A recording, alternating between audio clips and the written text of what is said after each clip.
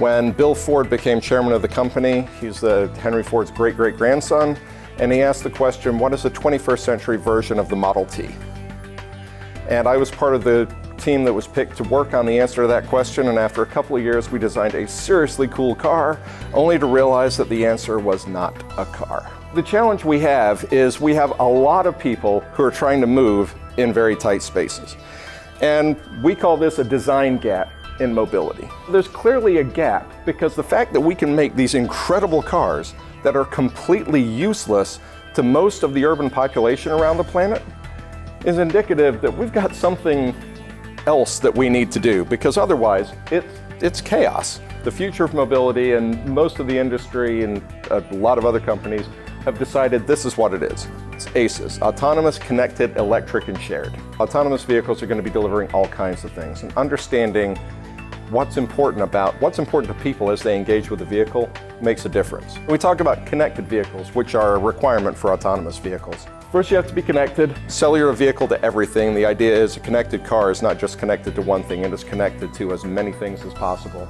And eventually you get to something we call the Transportation Mobility Cloud. The idea of the Transportation Mobility Cloud is that it's not just data from the vehicles, it's data from everything that's moving, from roadside units, from traffic lights, all of this working together in a way that enables optimization of all of the systems of systems. It really comes down not to the technology, but the fact we don't like to share. We really value that private space, even if we're stuck in traffic and we claim we hate commuting. A lot of people use these three words, transportation, mobility, and accessibility, somewhat interdependently. Transportation is the physical artifact in what we move. It is generally a metal box on wheels. Mobility is how we choose to move. So you get up in the morning and you decide, am I going to take Metro today? Do I need an Uber? Is it a nice day? I'll walk or ride a bike. Accessibility is where our group at Ford spends the most amount of time, which is why we move, because very few people move for movement's sake.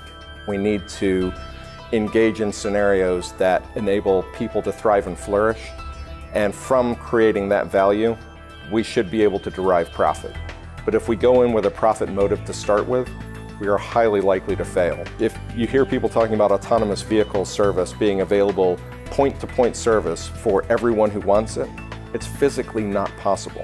The people who are promoting that sort of mindset are promoting a dual-class system where some people have access to that, but most people do not.